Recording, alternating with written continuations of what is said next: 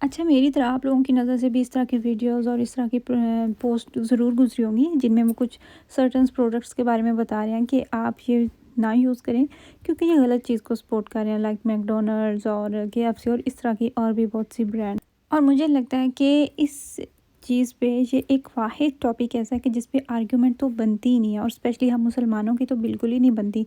अच्छा, और उससे भी हैरानी की बात कि इस तरह की वीडियोस के नीचे जब आप कमेंट्स जाके रीड करते हैं तो उसमें लोग इतनी बहस कर रहे होते हैं, तरह तरह की बातें कर रहे होते हैं और यकीन नहीं आता। और जो सोशल मीडिया इन्फ्लुएंसर इस टॉपिक पे बात कर रहे होते हैं उसको उन लोगों को तरह तरह के डीएम्स भेजते हैं, तरह तरह के उनको कमेंट्स भेजते हैं। और अच्छा, मैंने अभी कल की बात है, एक यूके बेस्ड ग्रुप है फेसबुक पे, उस पर एक लड़की ने लिखा कि हम यहाँ पे कौन सी ऐसी ब्रांड्स हैं जिन्हें हम बाइकआउट कर सकते हैं। तो वहाँ पे सारी थी भी लेडीज़, और उनमें से 80% लेडीज़ कह रही थी कि अगर इतनी ही टेंशन है तो आप यूके छोड़ के पाकिस्तान क्यों नहीं चली जाती, यहाँ पे आप किस किस चीज़ को बाइकआउट करेंगी और क्या क्या चीज़ें हैं जिन्हें आप अवॉइड करेंगे। अच्छा, मैं ये काफ़ी जगह पे मैंने इस तरह के कमेंट्स और इस तरह की चीज़ें देखी और मुझे लगा कि इस टॉपिक पे बात करनी चाहिए। मेजॉरिटी आप लोगों का इस चीज़ पे बिलीव है कि एक हमारे करने से क्या फ़र्क पड़ता है। अच्छा, मैं आपको यहाँ पे एक वाक़या सुनाती हूँ। हज़रत इब्राहीम अलैहिस्सलाम को जब आग में डाला गया तो वहाँ पे एक चिड़िया अपनी चोंच में पानी लेके जा रही थी। तो उस चिड़िया को किसी ने कहा कि तुम्हारे इस एक कतरा पानी से क्या फ़र्क पड़ेगा। तो उस चिड़िया ने जवाब दिया कि मैं क़यामत वाले दिन अल्लाह ताला को बता सकूँगी कि मैं वहाँ पे खड़े होके तमाशा देखने वालों में से नहीं थी। मैंने इसी तरह से आप लोग अपना हिस्सा डालें। आप ये बात सोचना छोड़ दें कि हमारे एक करने से क्या होगा, क्या फ़र्क पड़ता है। आप बस अपने हिस्से की कोशिश करें और यकीन जानें वो वीडियोस, वो पिक्चर्स वो देखी नहीं जाती। और जब से ये मसला बना, दिल इतना परेशान है, हम लोग दुआ ही कर सकते हैं और थोड़ी सी ये जो कोशिश हमारे हाथ में है, हम इसके अलावा कुछ भी नहीं कर सकते। आज है संडे का दिन और संडे वाले दिन यानी कि वीकेंड पे मेरी कोशिश होती है कि मैं कुछ अच्छा ही नाश्ते में बनाऊँ, थोड़ा सा डिफरेंट हो जाए। जैसा कि अच्छा, लोगों को ये भी इशू होता है कि अंडे नहीं खाने चाहिए, डेली नहीं खाने चाहिए, रोज़ नहीं खाने चाहिए। तो मुझे लगता है अंडों के बिना तो आपका नाश्ता वैसे ही अनकम्प्लीट होता है। और देखिए, अंडों के बारे में कौन बात कर रहा है, वो जो किसी ज़माने में अंडों की हेटर रह चुकी है। आजकल मुझे अंडे बड़े पसंद हैं। एनीवेज़, नाश्ते से जब फ़ारिग हुए तो मुझे एक पार्सल मिला, और इस तरह के पार्सल मुझे अक्सर मिलते रहते हैं। ये मेरे हस्बैंड के कारनामे हैं, वो कुछ ना कुछ ऑर्डर कर देते हैं जिसका मुझे तब पता चलता है जब वो मुझे रिसीव हो जाता है। और ये था मेकअप ब्रश होल्डर्स था और कुछ लिपस्टिक वगैरह आप इसके अंदर डाल सकते हैं। तो मुझे नहीं पता था, जब ये आ गया तो उन्होंने साइड पे रख दिया और मैंने पूछा कि ये मेरे लिए है। हाँ, अगर मेरे ऊपर बात होती ना तो मैं कभी भी ये ना लेती। मुझे इस तरह की छोटी छोटी सी चीज़ें पता नहीं क्यों मुझे फ़जूल लगती हैं, मतलब कि मैं ख़ुद से नहीं लेती। हाँ, अगर मुझे मिला है तो मुझे अच्छा लगा है। अब सबका अपना अपना तरीका होता है प्यार जताने का, प्यार दिखाने का। तो मेरे हस्बैंड जो है ना, वो इस तरह की उनकी होती है कि वो कुछ ना कुछ ऑर्डर कर देते हैं, कुछ ना कुछ वो ख़रीदते रहते हैं। मार्केट जाते हैं तो वो कभी मेरे लिए नेल पेंट लेके आ रहे हैं, कभी वो मेरे लिए लिपस्टिक कुछ लेके आ रहे हैं, या वो मेरे लिए शॉपिंग करते रहते हैं। मैंने फिर उसको अनपैक किया और उसके अंदर जितनी लिप ग्लॉस और इस तरह की चीज़ें आ सकती थी वो मैंने सारी सेट की। और एक जो मैंने रखी हुई थी ड्रॉअर के अंदर, जो मैं बहुत कम यूज़ करती थी, वो निकाल के रखी। और ये मेरे 3 लिप ग्लॉस ऐसे हैं, ये तो मैंने वॉशरूम में ही रखे हुए हैं।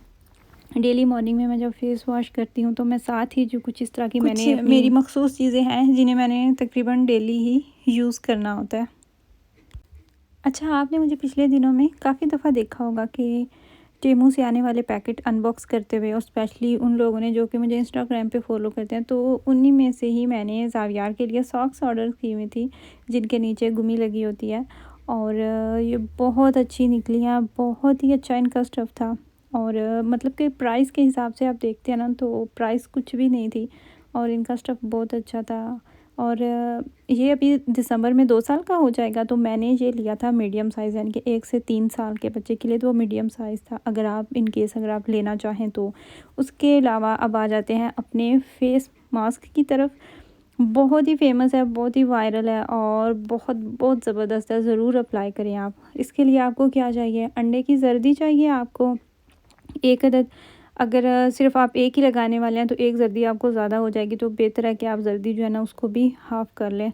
और उसके अलावा आपको चाहिए चावल का आटा और योगर्ट चाहिए, और फिर कुछ कतरे आपको लेमन के चाहिए।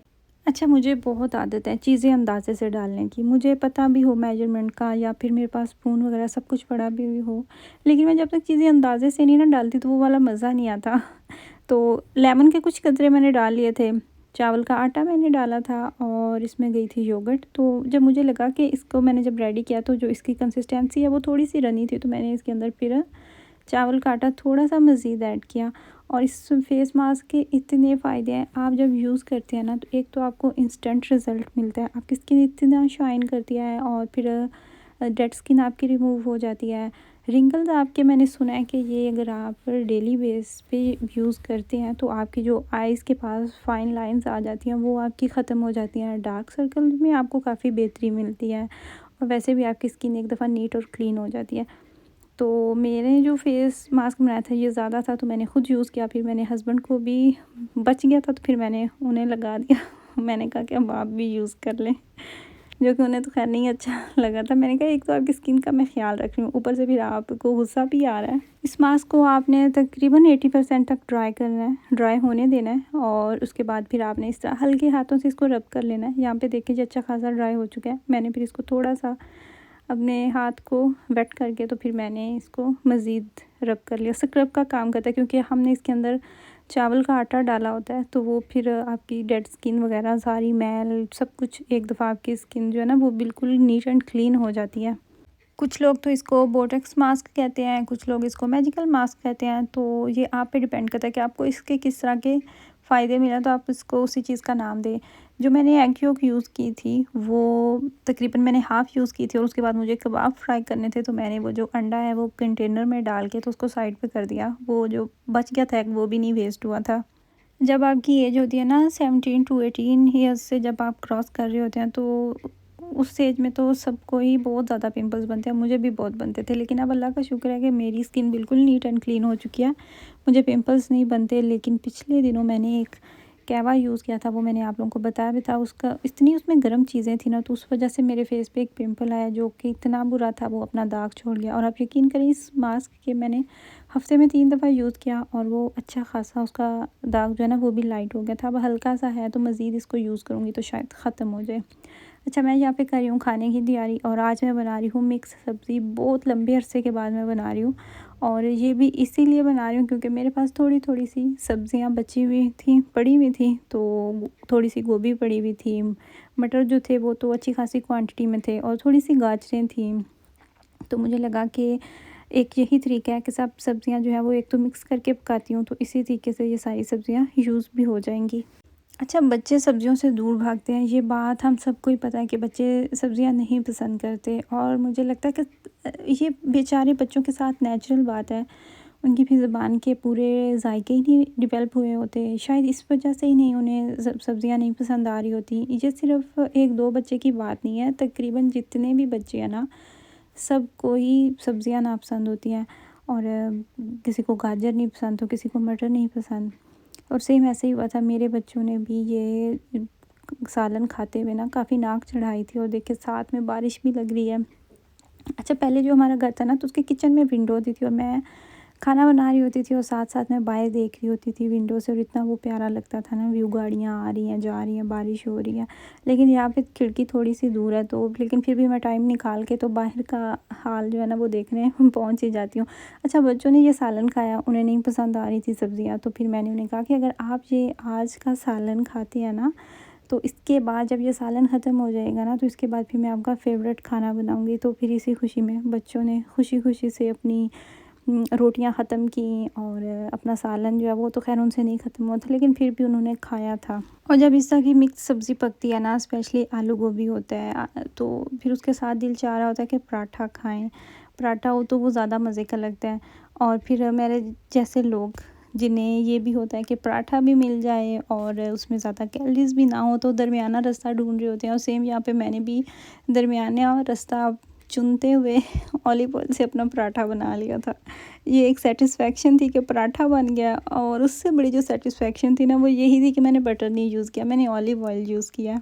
अच्छा, मैं हमेशा सोचती हूँ कि इस वीकेंड पे मैं पराठे बनाऊँगी नाश्ते में, और इसी तरीके से सालन जो है वो भी ख़त्म हो जाएगा, क्योंकि जितना भी कम क्वांटिटी में सालन बनाया जाए वो हमेशा बच जाता है। 2 दिन तो मस्त सालन चलता है ना, लेकिन जैसे ही वीकेंड आता है अगर मैं पूछती हूँ तो सभी मना कर देते हैं, सभी ना कर देते हैं कि नहीं, हमने नहीं खाने पराठे।